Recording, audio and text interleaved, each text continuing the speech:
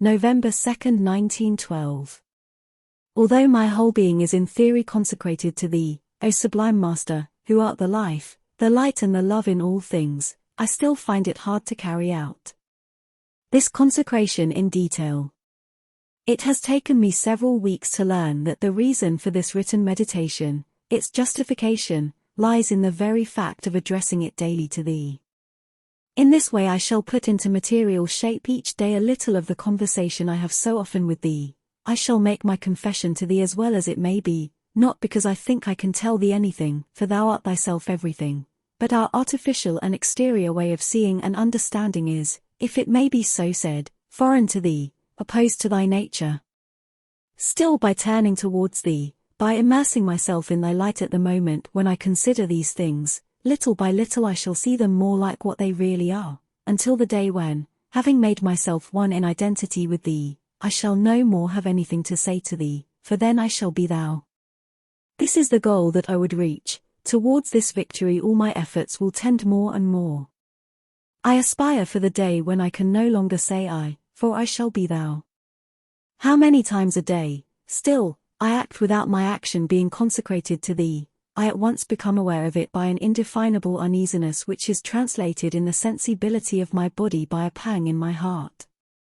I then make my action objective to myself and it seems to me ridiculous, childish or blameworthy. I deplore it. For a moment I am sad, until I dive into Thee and, there losing myself with a child's confidence, await from Thee the inspiration and strength needed to set right the error in me and around me, two things that are one, for I have now a constant and precise perception of the universal unity determining an absolute interdependence of all actions.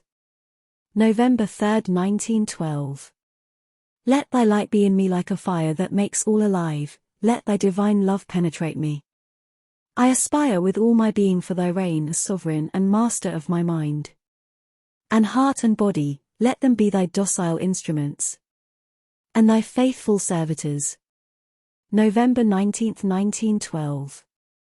I said yesterday to that young Englishman who is seeking for Thee with so sincere a desire, that I had definitively found Thee, that the union was constant. Such is indeed the state of which I am conscious. All my thoughts go towards Thee, all my acts are consecrated to Thee, Thy presence is for me an absolute, immutable, invariable fact, and Thy peace dwells constantly in my heart. Yet I know that this state of union is poor and precarious compared with that which it will become possible for me to realize tomorrow, and I am as yet far, no doubt very far, from that identification in which I shall totally lose the notion of the I, of that I, which I still use in order to express myself, but which is each time a constraint, like a term unfit to express the thought that is seeking for expression. It seems to me indispensable for human communication, but all depends on what this I manifests, and how many times already, when I pronounce it, it is Thou who speakest in me, for I have lost the sense of separativity. But all this is still in embryo and will continue to grow towards perfection. What an appeasing assurance there is in this serene confidence in Thy all-might. Thou art all, everywhere, and in all, and this body which acts is Thy own body, just as is the visible universe in its entirety. It is Thou who breathest, thinkest and lovest in this substance which, being Thyself, desires to be Thy willing servant. November 26, 1912. What a hymn of thanksgiving should I not be raising at each moment unto Thee! Everywhere and in everything around me Thou revealest Thyself, and in me Thy will and consciousness express themselves always more and more clearly, even to the point of my having almost entirely lost the gross illusion of me and mine. If a few shadows, a few flaws can be seen in the great light which manifests Thee, how shall they bear for long the marvelous brightness of Thy resplendent love? This morning, the consciousness that I had of the way Thou art fashioning this being which was I can be roughly represented by a great diamond cut with regular geometrical facets, a diamond in its cohesion, firmness, pure limpidity, transparency, but a brilliant and radiant flame in its intense ever-progressive life. But it was something more, something better than all that, for nearly all sensation inner and outer was exceeded, and that image only presented itself to my mind as I returned to conscious contact with the outer world.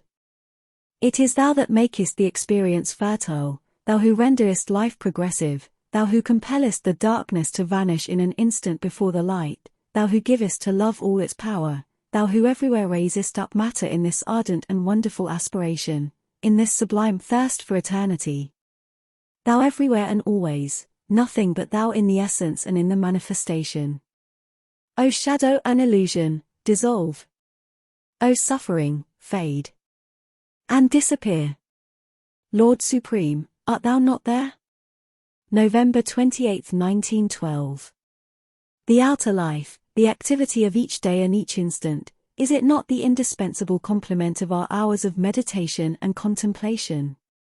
And is not the proportion of time given to each the exact image of the proportion which exists between the amount of effort to be made for the preparation and realization? For meditation, contemplation, union is the result obtained, the flower that blooms. The daily activity is the anvil on which all the elements must pass and repass in order to be purified, refined, made supple and ripe for the illumination which contemplation gives to them. All these elements must be thus passed one after the other through the crucible before outer activity becomes needless for the integral development. Then is this activity turned into the means to manifest thee so as to awaken the other centers of consciousness to the same dual work of the forge and the illumination. Therefore are pride and satisfaction with oneself the worst of all obstacles.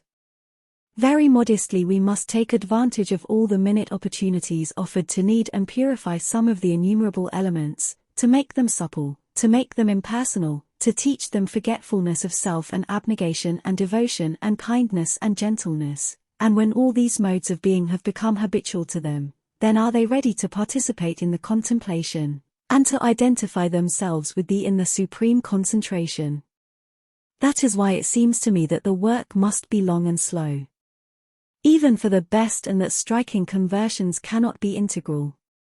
They change the orientation of the being, they put it definitively on the straight path, but truly to attain the goal none can escape the need of innumerable experiences of every kind and every instant. O Supreme Master who shinest in my being and each thing, let thy light be manifest and the reign of thy peace come for all. December 2nd, 1912. So long as one element of the being, one movement of the thought is still subjected to outside influences, not solely under thine, it cannot be said that the true union is realized. There is still the horrible mixture without order and light, for that element, that movement is a world of disorder and darkness, as is the entire earth in the material world, as is the material world in the entire universe. December 3rd, 1912. Last night I had the experience of the effectivity of confident surrender to thy guidance. When it is needful that something should be known, one knows it, and the more passive the mind to thy illumination, the clearer and the more adequate is its expression. I listened to thee as thou spokest in me, and I would have liked to write down what thou saidst so that the formula in all its precision might not be lost, for now I should not be able to repeat what was said. Then I thought that this care for conservation was again an insulting lack of confidence towards thee, for thou canst make of me all that I need to be, and in the measure in which my attitude allows thee to act on me and in me, thy omnipotence has no limits. To know that at each instant what must be surely is, as perfectly as is possible, for all those who know how to see thee in everything and everywhere. No more fear, no more uneasiness, no more anguish, nothing but a perfect serenity, an absolute confidence, a supreme unwavering peace. December 5th, 1912. In peace and silence the eternal manifests, allow nothing to disturb you and the eternal will manifest, have perfect equality in face of all and the eternal will be there. Yes, we should not put too much intensity, too much effort into our seeking for thee. The effort and intensity become a veil in front of thee. We must not desire to see thee, for that is still a mental agitation which obscures thy eternal presence. It is in the most complete peace, serenity and equality that all is thou even as thou art all, and the least vibration in this perfectly pure and calm atmosphere is an obstacle to thy manifestation. No haste, no inquietude, no tension, thou, nothing but thou, without any analysis or any objectivizing, and thou art there without a possible doubt, for all becomes a holy peace and a sacred silence. And that is better than all the meditations in the world. December 7, 1912.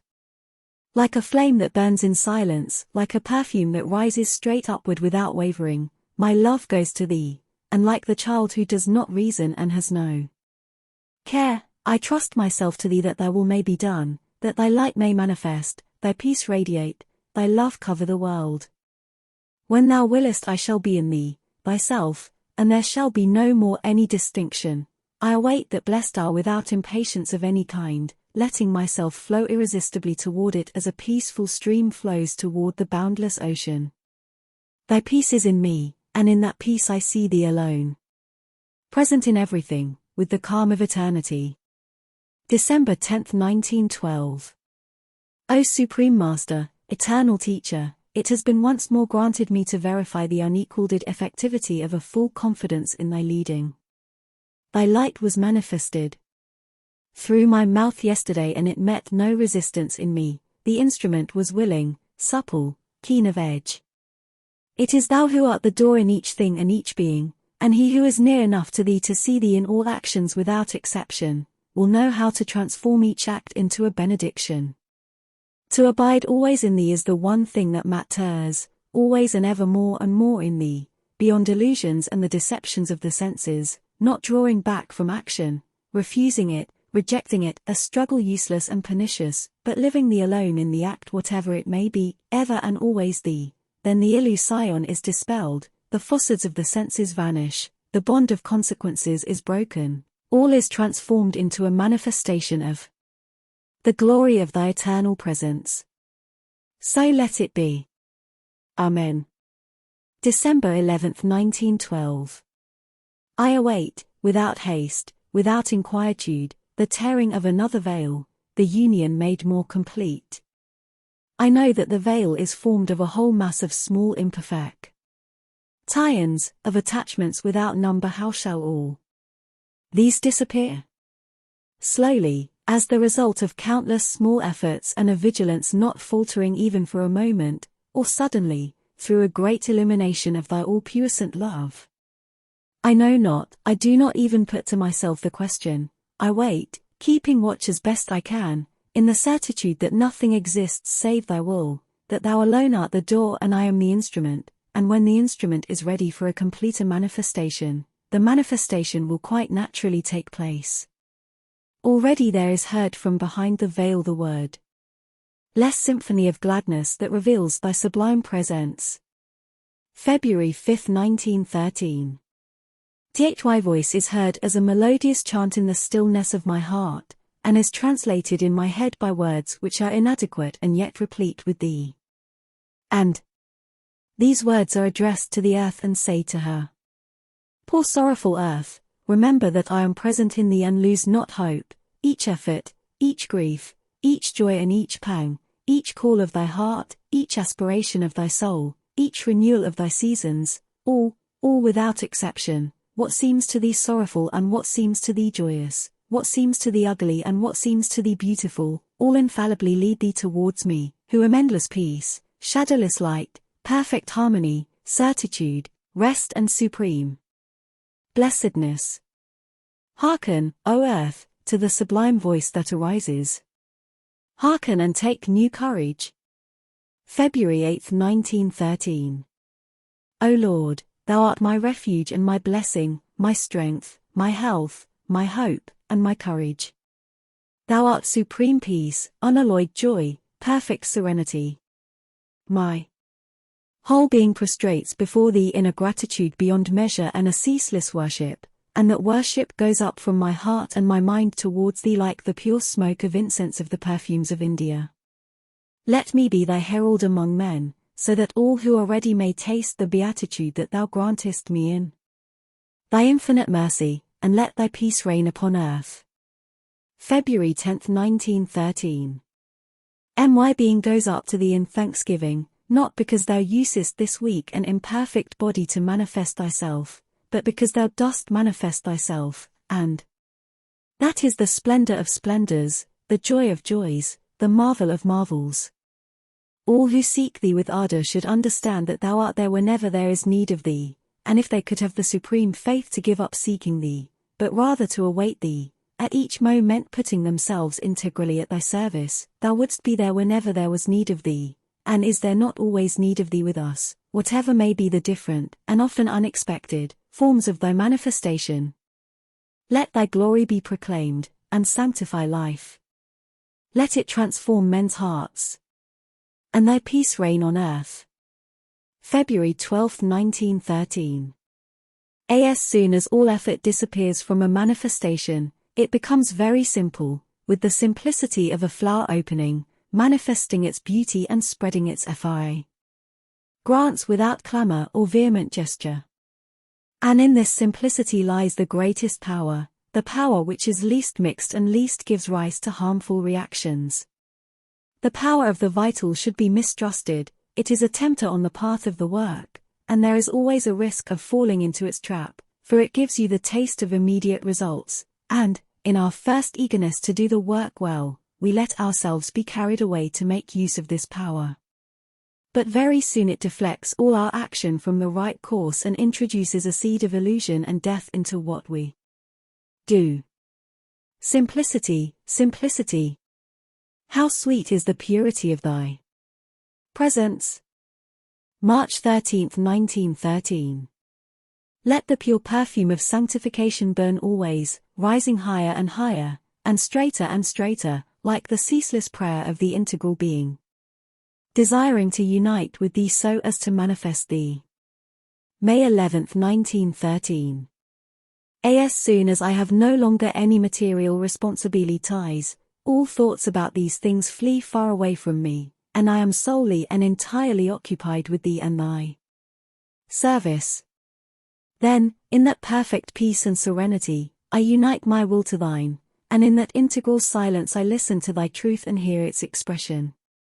It is by becoming conscious of thy will and identifying ours with thine that there is found the secret of true liberty and all puissance, the secret of the regeneration of forces and the transfiguration of the being. To be constantly and integrally at one with thee is to have the assurance that we shall overcome every obstacle and triumph over all difficulties, both within and without.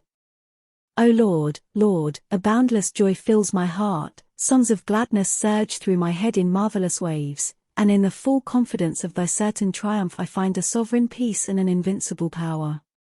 Thou fillest my being, thou animatest it, thou settest in motion its hidden springs, thou illuminest its understanding, thou intensifiest its life, thou increasest tenfold its love, and I no longer know whether the universe is I or I the universe, whether thou art in me or I in thee, thou alone art and all is thou, and the streams of thy infinite grace fill and overflow the world.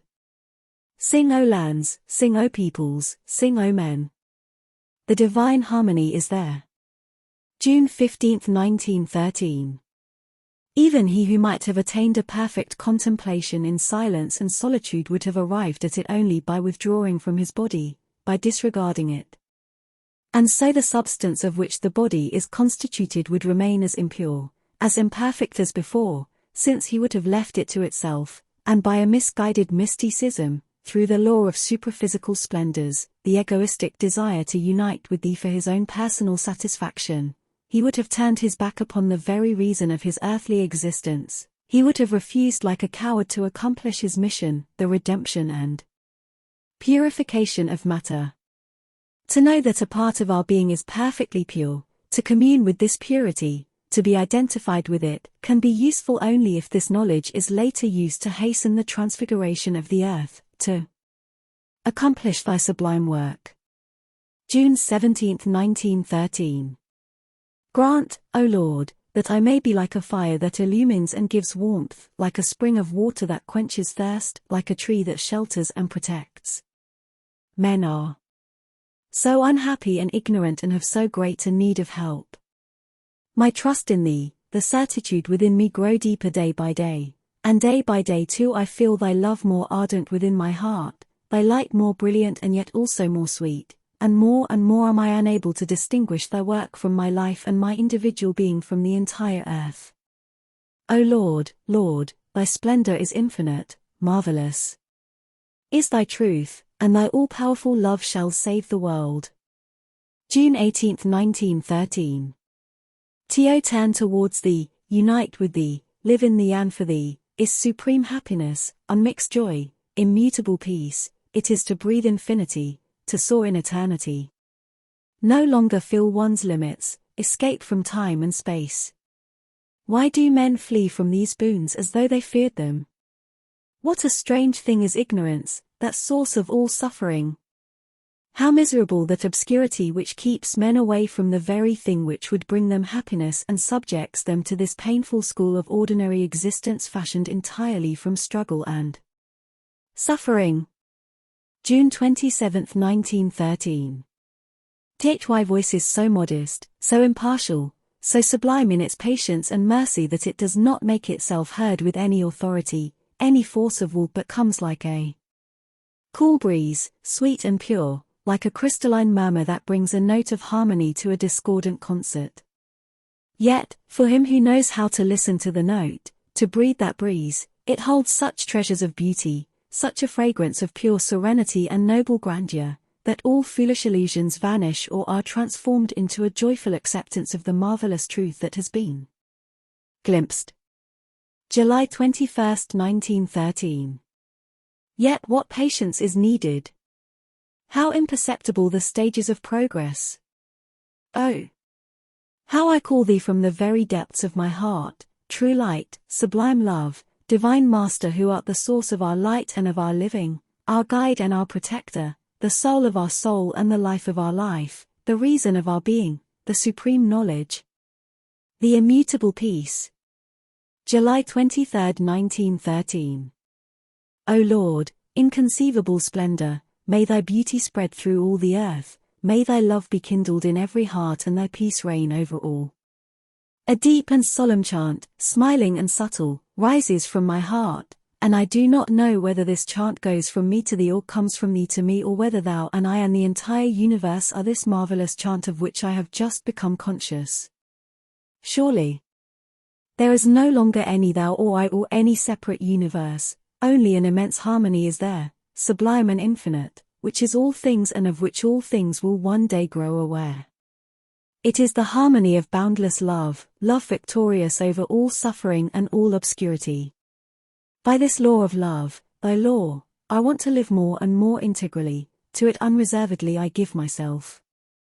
And all my being exults in an inexpressible peace. August 2, 1913.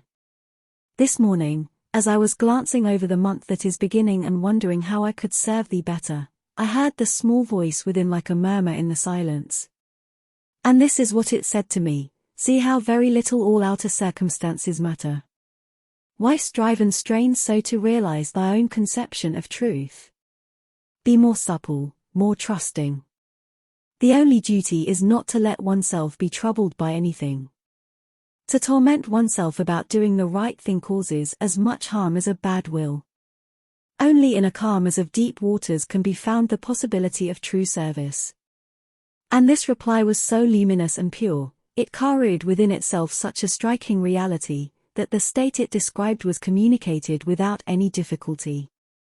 It seemed to me I was floating in the calm of deep waters. I understood, I saw clearly what the best attitude would be, and now I have only to ask thee, O Sublime Master, my supreme teacher, to give me the strength and clear-sightedness I need to remain constantly in this state. Do not torment thyself, child. Silence, peace, peace. August 8, 1913. O sweet harmony that dwellest in all things, sweet harmony that fillest my heart, manifest thyself in the most external forms of life, in every feeling, every thought, every action. All is to me beautiful, harmonious, silent, despite the outer turmoil. And in this silence it is thou, O Lord, whom I see, and I see thee in so unique a way that I can express this perception only as that of an unvarying smile. In truth, the real nature of the feeling experienced in the presence of the sweetest, most calm, most compassionate smile has a poor resemblance to what I feel when I see thee in this way. May thy peace be with all. August 15, 1913. I in this evenfall, thy peace deepens and grows more sweet and thy voice more clear and distinct in the silence that fills my being. O Divine Master, thine is all our life, our thought, our love, all our being. Take unto thyself once more what is thine, for thou art ourselves in our reality. August 16, 1913. O love, divine love, thou fillest my whole being and overflowest on every side. I am thyself even as thou art I, and I see thee in each being, each thing, from the soft breath of the passing breeze to the glorious sun which gives us light and is a symbol of thee. O thou whom I cannot understand, in the silence of the purest devotion I adore thee. August 17, 1913. O Lord, Master of our life, let us soar very high above all care for our material preservation. Nothing is more humiliating and depressing than these thoughts so constantly turned towards the preservation of the body, these preoccupations with health, the means of subsistence, the framework of life, how very insignificant is all this, a thin smoke that a simple breath can disperse or a single thought turned towards thee dispel like a vain mirage. Deliver those who are in this bondage, O Lord, even as those who are the slaves of passion. On the path that leads to thee these obstacles are at once terrible and puerile, terrible for those who are yet under their sway, puerile for one who has passed beyond. How shall I describe that utter relief, that delightful lightness which comes when one is free from all anxiety for oneself, for one's life and health and satisfaction, and even one's progress? This relief, this deliverance thou hast granted to me, O thou, Divine Master, life of my life and light of my light, O thou who unceasingly teachest me love and makest me know the purpose of my existence. It is thou who livest in me, thou alone, and why should I be preoccupied with myself and what might happen to me? Without thee the dust constituting this body that strives to manifest thee, would disperse a more false and inconscient, without thee this sensibility, which makes possible a relation with all other centers of manifestation, would vanish into a dark inertia. Without thee this thought that animates and illumines the whole being, would be vague, vacant, unrealized. Without thee the sublime love which vivifies, coordinates, animates and gives warmth to all things would be a yet unawakened possibility. Without thee all is inert, brute or inconscient. Thou art all that illumines and enraptures us, the whole reason of our existence and all our goal. Is this not enough to cure us of every personal thought, to make us spread our wings and soar above the contingencies of material life, so as to fly away into thy divine atmosphere and be able to return as thy messengers to the earth to announce the glorious tidings of thy approaching advent? O Divine Master, sublime friend, marvelous teacher, in a fecund silence I bow to thee.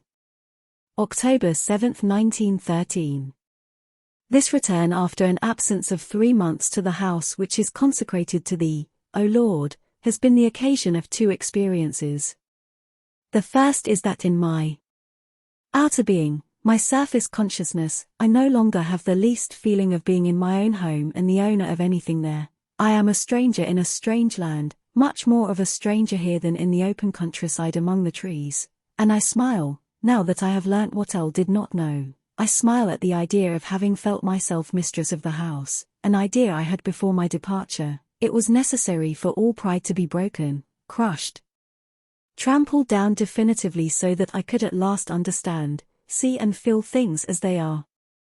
I used to offer to thee this dwelling, O Lord, as though it were possible that I should possess something and consequently be able to make an offering of it to thee. All is thine, O Lord, it is thou who placest all things at our disposal, but how blind we are when we imagine that we can be owners of any one of these. I am a visitor here as elsewhere, as everywhere, thy messenger and thy servant upon earth, a stranger among men, and yet the very soul of their life, the love of their heart. Secondly, the whole atmosphere of the house is charged with a religious solemnity. One immediately goes down into the depths, the meditations here are more ingathered and serious, dispersion vanishes to give place to concentration, and I feel this concentration literally descending from my head and entering into my heart, and the heart seems to attain a depth more profound than the head. It is as though for 3 months I had been loving with my head and that now I were beginning to love with my heart, and this brings me an incomparable solemnity and sweetness of feeling. A new door has opened in my being and an immensity has appeared before me. I cross the threshold with devotion, feeling hardly worthy yet of entering upon this hidden path, veiled to the sight and as though invisibly luminous within. All is changed, all is new, the old wrappings have fallen off and the newborn child half opens its eyes to the shining dawn. November 22, 1913. A few minutes passed in silence before thee are worth centuries of felicity. Grant, O Lord, that all shadows may be dispelled and that I may be more and more thy faithful servant in constancy and serenity. Before thee may my heart be pure as a pure crystal, so that wholly it may reflect thee. Oh, the sweetness of abiding in silence before thee. November 25, 1913. The greatest enemy of a silent contemplation turned towards thee is surely this constant subconscious registering of the multitude of phenomena with which we come into contact. So long as we are mentally active, our conscious thought veils for us this overactivity of our subconscious receptivity, an entire part of our sensibility, and perhaps not the smallest, acts like a cynic hammer without our knowledge and indeed to our detriment. It is only when we silence our active thought, which is relatively easy, that we see this multitude of little subconscious notations surging up from every side and often drowning us under their overwhelming flood. So it happens that, as soon as we attempt to enter the silence of deep contemplation, we are assailed by countless thoughts, if thoughts they could be called, which do not interest us in the least, do not represent for us any active desire, any conscious attachment, but only prove to us our inability to control what may be described as the mechanical receptivity of our subconscious. A considerable labor is needed to silence all these useless noises, to stop this wearisome train of images and to purify one's mind of these thousand little nothings, so obstructing and worthless. And it is so much time uselessly lost, it is a terrible wastage. And the remedy? In an oversimple way, certain ascetic disciplines recommend solitude and inaction, sheltering one's subconscious from all possible registration.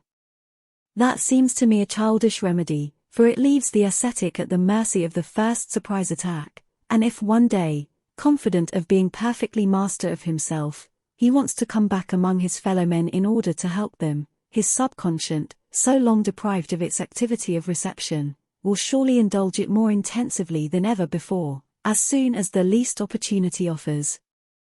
There is certainly another remedy. What is it? Undoubtedly, one must learn to control one's subconscious just as one controls one's conscious thought. There must be many ways of achieving this. Regular introspection in the Buddhist manner and a methodical analysis of one's dreams, formed almost always from this subconscious registration, are part of the method to be found. But there is surely something more rapidly effective. O Lord, Eternal Master, Thou shalt be the teacher, the inspirer, Thou wilt teach me what should be done, so that after an indispensable application of it to myself, I may make others also benefit from what Thou hast taught me. With a loving and trustful devotion, I bow to Thee. November 28, 1913. I end this calm concentration which comes before daybreak, more than at any other moment, my thought rises to Thee, O Lord of our being, in an ardent prayer. Grant that this day which is about to dawn may bring to the earth and to men a little more of pure light and true peace, may Thy manifestation be more complete and Thy sweet law more widely recognized, may something higher, nobler, more true be revealed to mankind, may a vaster and deeper love spread abroad so that all painful wounds may be healed, and may this first sunbeam dawning upon the earth be the herald of joy and harmony, a symbol of the glorious splendor hidden in the essence of life. O Divine Master, grant that today may bring to us a completer consecration to Thy will, a more integral gift of ourselves to Thy work, a more total forgetfulness of self, a greater illumination, a purer love. Grant that in a communion growing ever deeper, more constant and entire, we may be united always more and more closely to Thee and become Thy servitors worthy of Thee. Remove from us all egoism, root out all petty vanity, greed and obscurity. May we be all ablaze with thy divine love, make us thy torches in the world. A silent hymn of praise rises from my heart like the white smoke of incense of the perfumes of the East. And in the serenity of a perfect surrender, I bow to thee in the light of the rising day. November 29, 1913. Why all this noise, all this movement, this vain and futile agitation, why this whirlwind carrying men away like a swarm of flies caught in a storm? How sad is the sight of all that wasted energy, all those useless efforts. When will they stop dancing like puppets on a string, pulled they know not by whom or what? When will they find time to sit quietly and go within, to recollect themselves and open that inner door which screens from them thy priceless treasures, thy infinite boons? How sorrowful and miserable seems to me their life of ignorance and obscurity, their life of mad agitation and unprofitable dispersion. When one single spark of thy sublime light, one single drop of thy divine love, can transform this suffering into an ocean of delight. O Lord, my prayer soars towards thee, may they know at last thy peace and that calm and irresistible strength which comes of an immutable serenity, the privilege of those whose eyes have been opened and who are able to contemplate thee in the flaming core of their being. But the hour of thy manifestation is come. And soon hymns of gladness will burst forth on every side. Before the solemnity of this hour I bow down in devotion. December 13, 1913. Give me thy light, O Lord, grant that I do not fall into any error. Grant that the infinite reverence, the utter devotion, that intense and profound love I bring to thee, may be radiant, convincing, contagious, and be awakened in every heart. O Lord, eternal Master, thou art my light and my peace, guide my steps, open my eyes, illumine my heart, and lead me on the paths that go straight to thee. O Lord, Lord, grant that I may have no other will than thine and that all my acts may be an expression of thy divine law. A great light floods my whole being, and I am no longer conscious of anything but thee. Peace, peace, peace upon all the earth. December 16, 1913. Pure and disinterested love, thy love in what we are able to perceive and manifest of it, is the sole key that can open all hearts that seek for thee. Those who follow the path of the intellect may have a very high and true conception, they may have all the information about the true life, the life one with thee, but they do not know it, they have no inner experience of that life and are ignorant of all contact with thee. These men whose knowledge is intellectual and whose action is confined to a construction which they believe to be the best, are the most difficult of all to convert. It is harder to awaken the consciousness of the divine in them than in any other person of goodwill. Love alone can work this miracle, for love opens all doors, penetrates every wall, clears every obstacle. And a little true love does more than the most beautiful speeches. Lord, let this pure flower of love blossom in me, that it may give its fragrance to all those who come near us, and that this fragrance may sanctify them. In this love lie peace and joy, the fount of all strength and all realization. It is the infallible healer, the supreme consoler, it is the victor, the sovereign teacher.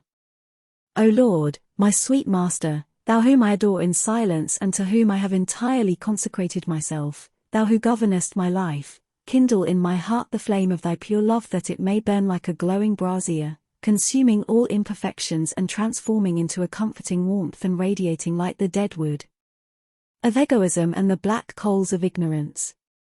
O Lord, I turn towards thee with a devotion at once joyful and solemn, and I implore thee. Let thy love manifest, thy reign come. May thy peace govern the world. December 29, 1913. O Lord, grant that this collective convention of the ending year be for us also the occasion to put an end to a whole lot of bonds and attachments, illusions and weaknesses which have no longer any purpose in our lives. At every moment we must shake off the past like falling dust, that it may not soil the virgin path which, at every moment also, is opening before us. May our mistakes, acknowledged and rectified within us, be no more than vain mirages powerless to bring any consequences and, pressing our foot down firmly upon all that no longer should exist, on all ignorance, all obscurity, all egoism, may we take our flight boldly towards wider horizons and intenser light, a more perfect compassion, a more disinterested love towards Thee. I hail Thee, O Lord, Master of our life, and I want to proclaim Thy reign over all the earth. January 1, 1914. To Thee, Supreme Dispenser of all boons, to Thee who givest life its justification, by making it pure, beautiful and good, to Thee, Master of our destinies and goal of all our aspirations, was consecrated the first minute of this new year. May it be completely glorified by this consecration, may those who hope for Thee, seek Thee in the right path, may those who seek Thee find Thee, and those who suffer, not knowing where the remedy lies, feel Thy life gradually piercing the hard crust of their obscure consciousness. I bow down in deep devotion and in boundless gratitude before Thy beneficent splendor. In the name of the earth I give Thee thanks for manifesting Thyself, in its name I implore Thee to manifest Thyself ever more fully, in an uninterrupted growth of light and love. Be the sovereign master of our thoughts, our feelings, our actions. Thou art our reality, the only reality. Without Thee all is falsehood and illusion, all is dismal obscurity. In Thee are life and light and joy. In Thee is supreme peace. January 2, 1914.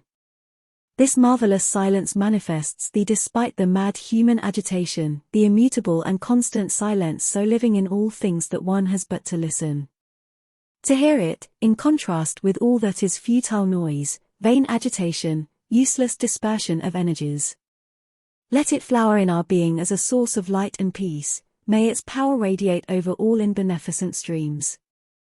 Thou art the savor of all life and the reason for all activity, the goal of our thoughts. January 3, 1914. It is always good to look within oneself from time to time and see that one is nothing and can do nothing, but afterwards one must turn one's eyes to Thee, knowing that Thou art all and Thou canst do all. Thou art the life of our life and the light of our being. Thou art the master of our destinies. January 4, 1914. Tired of materialistic thoughts is always on the watch, waiting for the least weakness, and if we relax but one moment from our vigilance, if we are even slightly negligent, it rushes in and invades us from all sides, submerging under its heavy flood, the result sometimes of numberless efforts. Then the being enters a sort of torpor, its physical needs of food and sleep increase, its intelligence is clouded, its inner vision veiled, and in spite of the little interest it really finds in such superficial activities, they occupy it almost exclusively.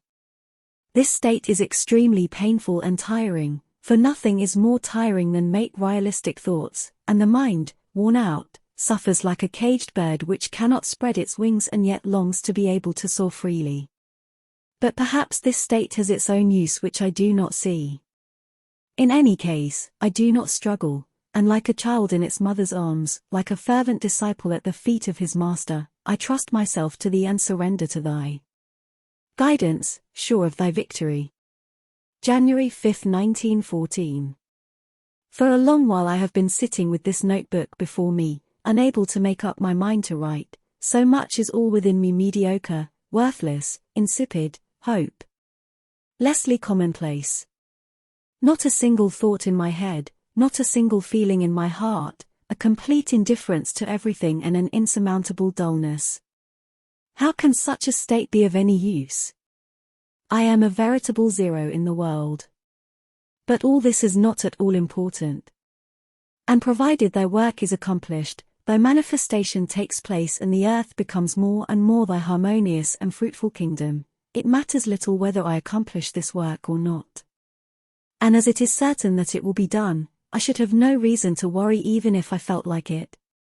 From the depths to the outermost surface, all this, my being, is only a handful of dust, it is but natural that it should be scattered on the winds and leave no trace behind. January 6, 1914. Teacher, you art the one and only goal of my life and the center of my aspiration, the pivot of my thought, the key of the synthesis of my being. And as thou art beyond all sensation, all feeling and all thought, thou art the living but ineffable experience, the reality lived in the depths of the being but untranslatable in our poor words, and it is because human intelligence is powerless to reduce thee to a formula that some, a little disdainfully, label sentiment the knowledge that it is possible to have of thee, but it is surely as far from sentiment as it is from thought. So long as one has not attained this supreme knowledge, one has no solid basis or lasting center for one's mental and emotional synthesis, and all other intellectual constructions can only be arbitrary, artificial and vain. Thou art eternal silence and perfect peace in what we are able to perceive of thee. Thou art all the perfection we must acquire, all the marvels to be realized, all the splendor to be manifested. And all our words are but children's babblings when we venture to speak of thee. In silence is the greatest reverence. January 7, 1914. Give them all, O Lord, thy peace and light, open their blinded eyes and their darkened understanding, calm their futile worries and their vain anxieties. Turn their gaze away from themselves and give them the joy of being consecrated to thy work without calculation or mental reservation. Let thy beauty flower in all things, awaken thy love in all hearts, so that thy eternally progressive order may be realized upon earth and thy harmony be spread until the day all becomes thyself in perfect purity and peace. Oh! Let all tears be wiped away, all suffering relieved, all anguish dispelled, and let calm serenity dwell in every heart and powerful certitude strengthen every mind. Let thy life flow through all like a regenerating stream that all may turn to thee and draw from that contemplation the energy for all victories. January 8, 1914. Let us shun the paths that are too easy and ask no effort, the paths which give us the illusion of having reached our goal. Let us shun that negligence which opens the door to every downfall, that complacent self-admiration which leads to every abyss. Let us understand that however great may have been our efforts, our struggles, even our victories, compared with the distance yet to be traveled, the one we have already covered is nothing, and that all are equal infinitesimal grains of dust or identical stars, before eternity. But thou art the conqueror of all obstacles, the light that illumines all ignorance, the love that vanquishes all pride. And no error can persist in front of thee. January 9, 1914. Lord, incomprehensible reality, thou who ever fleest before our conquest, effective though it may be, thou who shalt always be the unknown despite all that we shall learn to know of thee, despite all that we shall ravish from thy eternal mystery, we would go forward, making a complete and constant effort, combining all the multiple paths leading to thee, go forward like a rising, indomitable tide, breaking down all obstacles, crossing every barrier, lifting up every veil, scattering all clouds, piercing through all darkness, go forward towards thee, ever to thee, in a movement so powerful, so irresistible that a whole multitude may be drawn in our wake, and the earth, conscious of thy new and eternal presence, you understand at last its true purpose, and live in the harmony and peace of thy sovereign realization. Teach us always more, give us more light, dispel our ignorance, illumine our minds, transfigure our hearts, and give us the love that never runs dry, and makes thy sweet law flower in every being. We are thine for all eternity. January 10, 1914. My aspiration rises towards thee ever the same in its almost childlike form, so ordinary in its simplicity, but my call is ever more ardent, and behind the faltering words there is all the fervor of my concentrated will. And I implore thee, O Lord, in spite of the naivete of this expression that is hardly intellectual, I implore thee for more true light, true purity, sincerity and love, and all this for the multitude constituting what I call my being, and for the multitude constituting the universal being, I implore thee, though I know that it is perfectly useless to implore thee, for we alone, in our ignorance and ill will, can stand in the way of thy glorious and total manifestation, but something childlike within me finds a support in this mental attitude. I implore thee that the peace of thy reign may spread throughout the earth. O inaccessible summit which we unceasingly scale without ever reaching thee, sole reality of our being whom we believe we have found only to see thee immediately escape us, marvelous state which we think we have seized but which leads us farther and farther into ever unexplored depths and immensities. No one can say, I have known thee, and yet all carry thee in themselves, and in the silence of their soul can hear the echo of thy voice, but this silence is itself progressive, and whatever be the perfection of the union we have realized, as long as we belong by our body to the world of relativity, this union with thee can always grow more perfect. But all these words we use to speak about thee are only idle talk. Grant that I may become thy faithful servitor. January 11, 1914. Every moment all the unforeseen, the unexpected, the unknown is before us. Every moment the universe is created anew in its entirety and in every one of its parts. And if we had a truly living faith, if we had the absolute certitude of thy omnipotence and thy sole reality, thy manifestation could at each moment become so evident that the whole universe would be transformed by it. But we are so enslaved to everything that is around us and has gone before us, we are so influenced by the whole totality of manifested things, and our faith is so weak that we are yet unable to serve as intermediaries for the great miracle of transfiguration. But, Lord, I know that it will come one day. I know that a day will come when thou wilt transform all those who come to us. Thou wilt transform them so radically that, liberated completely from the bonds of the past, they will begin to live in thee an entirely new life, a life made solely of thee, with thee as its sovereign Lord. And in this way all anxieties will be transformed into serenity, all anguish into peace, all doubts into certainties, all ugliness into harmony, all egoism into self-giving, all darkness into light and all suffering into immutable happiness. But art thou not already performing this beautiful miracle? I see it flowering everywhere around us. O divine law of beauty and love, supreme liberator, there is no obstacle to thy power. Only our own blindness deprives us of the comforting sight of thy constant victory. My heart sings a hymn of gladness and my thought is illumined with joy. Thy transcendent and marvelous love is the Sove. Reign Master of the world. January 12, 1914.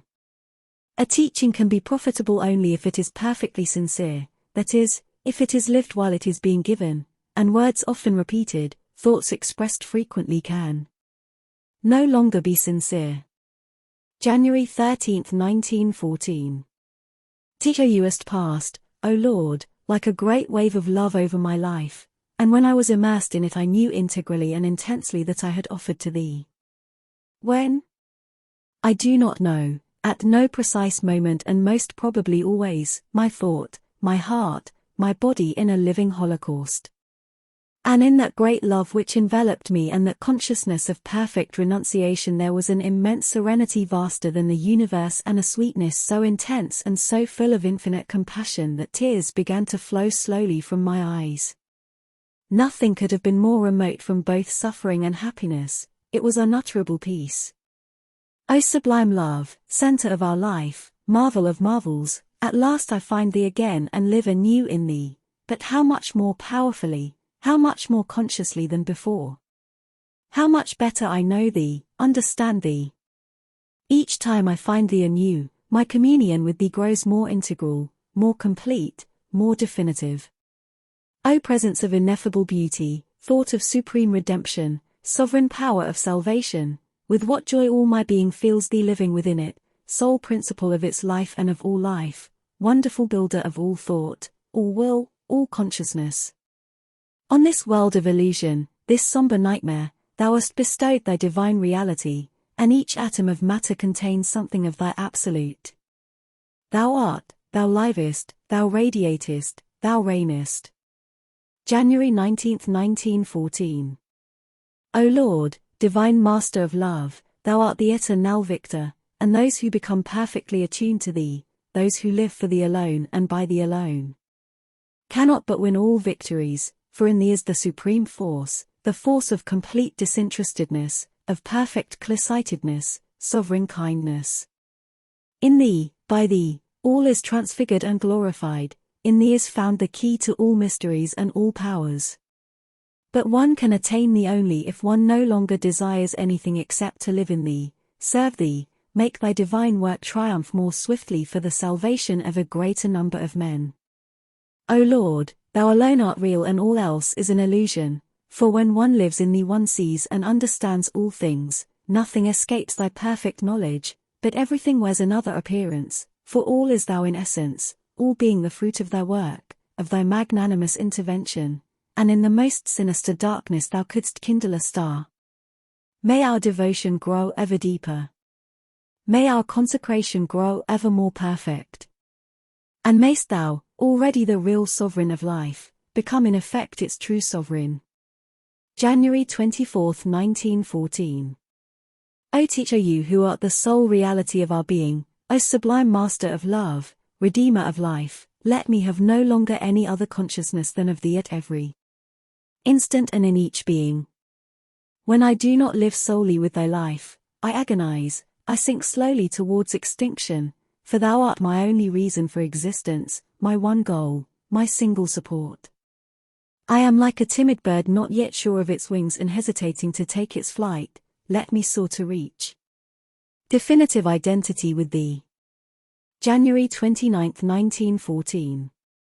It is thy presence in every being, O divine master of love, that makes it possible for every man, even the most cruel, to be open to pity and even the most vile to respect, almost despite himself, honor and justice. It is thou who, beyond all conventions and prejudices, illuminest with a special light, divine and pure, all that we are and all that we do, and makest us see clearly the difference between what we actually are and what we could be. Thou art the impassable barrier set up against the excess of evil, darkness and ill will. Thou art the living hope in every heart of all possible and future perfections. To thee all the fervor of my adoration. Thou art the gateway within reach of our conception, leading to unsuspected and inconceivable splendors, splendors which will be revealed to us progressively. January 30, 1914. All that is conscious within me belongs unreservedly to thee, and gradually I shall strive always harder to conquer the subconscious, the yet dark bedrock. O divine master of love, eternal teacher, thou guidest our lives. It is in thee alone and for thee alone that we want to live, enlighten our consciousness, guide our steps, and grant that we may do the utmost we can, using all our energies solely to serve thee. January 31, 1914. Every morning may our thought rise fervently towards thee, asking thee how we can manifest and serve thee best. At every moment in the manifold choices which we can make and which, despite their apparent insignificance, are always of great importance, since according to our decision we become subject to one category of determinisms or another, at every moment may our attitude be such that thy divine will may determine our choice and that thus it may be thou who directest our entire life. According to the consciousness in which we are when taking a decision, we become subject to the determinism of the order of realities in which we are conscious, whence the consequences, often unforeseen and troublesome, that are contradictory to the general orientation of one's life and form obstacles which are sometimes terrible to overcome later. Therefore, O Lord, divine master of love, we want to be conscious of thee and thee alone, be identified with thy supreme law each time we take a decision, each time we choose, so that it may be thy will which moves us, and that our life be thus effectively and integrally consecrated to thee. In thy light we shall see, in thy knowledge we shall know, in thy will we shall realize. February 1, 1914. I turn towards thee who art everywhere and within all and outside all, intimate essence of all and remote from all, center of condensation for all energies, creator of conscious individualities. I turn towards thee and salute thee, O liberator of the worlds, And, identified with thy divine love, I contemplate the earth and its creatures, this massive substance put into forms perpetually destroyed and renewed, this swarming mass of aggregates which are dissolved as soon as constituted, of beings who imagine that they are conscient and permanent individualities and who are as ephemeral as a breath, always alike or almost the same, in their diversity, repeating indefinitely the same desires, the same tendencies, the same appetites, the same ignorant errors. But from time to time thy sublime light shines in a being and radiates through him over the world, and then a little wisdom, a little knowledge, a little disinterested faith, heroism and compassion penetrates men's hearts, transforms their minds and sets free a few elements from that sorrowful and implacable wheel of existence to which their blind ignorance subjects them. But how much greater a splendor than all that have gone before, how marvelous a glory and light would be needed to draw these beings out of the horrible aberration in which they are plunged by the life of cities and so-called civilizations. What a formidable and, at the same time, divinely sweet puissance would be needed to turn aside all these wills from the bitter struggle for their selfish, mean and foolish satisfactions, to snatch them from this vortex which hides death behind its treacherous glitter, and turn them towards thy conquering harmony. O Lord, eternal Master, enlighten us, guide our steps, show us the way towards the realization of thy law, towards the accomplishment of thy work. I adore thee in silence and listen to thee in a religious concentration. February 2, 1914. O Lord, I would like to be so ardent a love that all lonelinesses may be filled up by it and all sorrows soothed. O Lord, I cry unto thee, make me a burning brazier which consumes all suffering and transforms it into joyous light irradiating the hearts of all. Grant my prayer, transform me into a brazier of pure love and boundless compassion. February 5, 1914. What could be said that is not always the very same aspiration, the law of divine love, the purest expression of what we can conceive of thee, must be realized more and more upon earth and triumph over all ignorant egoism. We must become more and more perfectly the faithful servitors of that power of love and light. We must live in it, by it, that alone must live and act in us. O Lord, become the sovereign master of our lives and dispel all the obscurities which can still prevent us from seeing thee and constantly communing with thee. Liberate us from all ignorance, liberate us from our selves that we may open wide the doors of thy glorious manifestation. February 7, 1914. For him who, by being integrally united with thee, is constantly conscious of what expresses thee most perfectly in action considering the circumstances, no external rule is any longer necessary. The principles of life are in some only makeshifts for diminishing as far as possible the ignorance of those who do not know thee yet, and for counteracting somehow or other the moments of blindness and obscurity of those who have only an intermittent contact with thee. To make rules for oneself and to make them as general, that is, as supple as possible, is good, but provided one considers them only as artificial lights which should not be used except when the full natural light of communion with thee fails. Besides, a constant revision of these rules is imperative, for they can be only the expression of a present knowledge and must necessarily gain by all growth and improvement of knowledge. That is why when meditating upon the attitude one should have towards all those who come to us, in order not only to refrain from doing them any harm but, above all, to strive to do them the utmost possible good. That is, to help them as best one can in making the supreme discovery, the discovery of thee within them. I saw clearly that no rule was vast and supple enough to be perfectly adapted to thy law, and that the only true solution was to be always in communion with thee, so that it could be adapted perfectly to all the infinite variety of circumstances. February 8, 1914. O Lord, sweet Master of love, thou who bringest us out of the darkness to awaken us to consciousness, who deliverest us from suffering to make us commune within thy eternal peace, every morning my aspiration soars ardently towards thee, and I implore that my being, integrally awake to thy knowledge, may now live only by thee, in thee, for thee. I implore that more and more perfectly identified with thee, I may now be only thyself manifested in word and act. I implore that all those who come to us, all who are in contact with us, may awaken to the full knowledge of thy divine presence, thy sovereign law, and let themselves be definitively transformed by it. I implore that all men upon earth, in spite of their bitter suffering, may feel dawning in it the sublime consolation of thy light and love, and the marvelous comfort of thy peace. I implore that every substance impregnated more and more by thy sovereign forces may put up an ever-diminishing resistance of blind ignorance against thee, and that triumphing over all darkness thou mayst transfigure definitively and integrally this universe of strife and anguish into a universe of harmony and peace, so that thy law may be fulfilled. February 9, 1914. Whatever names may be given to thee, O Lord, by the light of humanity, a thirst for something absolute, it seeks ardently for thee.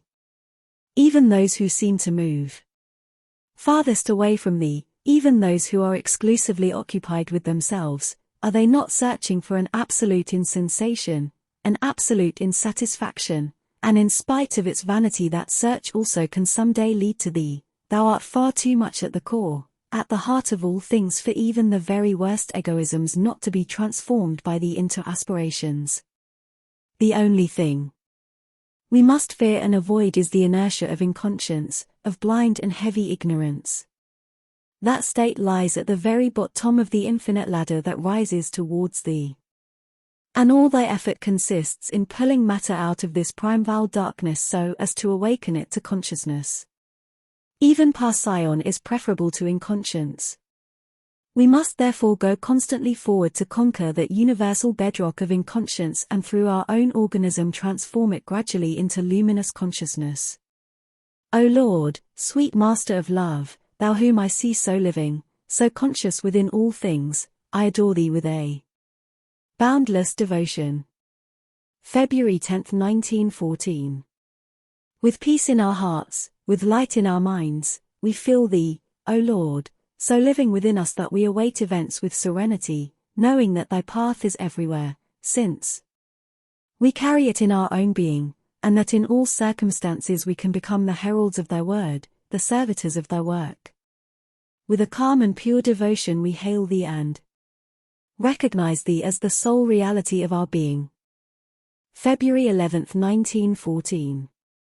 As soon as one rises above the perception of contingencies, as soon as one's consciousness is identified with thy supreme consciousness and one enters thus into that omniscience which I cannot define except as absolute knowledge, how easy and even a little childish seem all those problems about what should or should not be done, about all the resolutions to be taken. From the standpoint of the eternal work, the one thing important is to become conscious of thee, to identify oneself with thee and to maintain that conscious identification constantly. But as to what best use can be made of our physical organism, thy mode of manifestation upon earth, it is quite enough, when thou alone art conscious within us, to turn the gaze to the body in order to know beyond all doubt what is the best thing it can do, what activity will most fully utilize all its energies. And without attaching much importance to that activity, that altogether relative utilization, one can take without any difficulty, any inner debate, decisions which, to the outer consciousness appear the boldest and most dangerous. How simple everything is for him who sees all things from the height of thy eternity. I hail thee, O Lord, with a joyful and trusting devotion. May the peace of thy divine love be with all beings. February 12, 1914. When, conscious with thy supreme consciousness, one considers all earthly circumstances, one sees their complete relativity and says, to do this thing or that. After all that is not of much importance, yet a particular mode of action will be the best utilization of a certain faculty, a certain temperament. All actions, whatever they may be, even the most contradictory in appearance, can be an expression of thy law to the extent that they are infused with the consciousness of that law, which is not a law of practical application that can be translated into principles or rules in the ordinary human consciousness, but a law of attitude, of a constant and prevailing consciousness, something that cannot be expressed in formulas but may be lived. But as soon as one falls back into the ordinary consciousness, nothing should be treated lightly and with indifference, the least circumstances, the smallest acts have a great importance and should be seriously considered, for we must try at every moment to do that which will make the identification of our consciousness with the eternal consciousness easy, and avoid carefully all that could be an obstacle to this identification. It is then that the rules of conduct having as their foundation perfect personal disinterestedness should find their full value. With peace in my heart, with light in my mind, the hope born of certitude in all my being, I greet thee, O Lord, divine Master of eternal love. Thou art the reason of our existence and our goal. February 13, 1914. In the silence of an intense concentration I would unite my consciousness with thy absolute consciousness, I would identify myself with thee, O sovereign Lord of our being, divine Master of love, so that thy law may become clear and perceptible to us and we may live only by it and for it. How beautiful, grand, simple and calm everything is in the hours when my thought takes its flight to thee and unites with thee. And from the day it becomes possible for us to keep this supreme clear-sightedness constantly, with what an airy and yet sure step we shall walk through life above all obstacles and unhesitatingly. For, this I know through experience, all doubt, all hesitation ceases the very moment one is conscious of thy law, and if one perceives clearly the extreme relativity of all human action, one knows at the same time, with exactitude and precision, which action is the least relative in regard to one's body and one's own way of acting, and all obstacles really vanish as if by magic. All our efforts, O Lord, will henceforth be bent on an ever more constant realization of this marvelous state.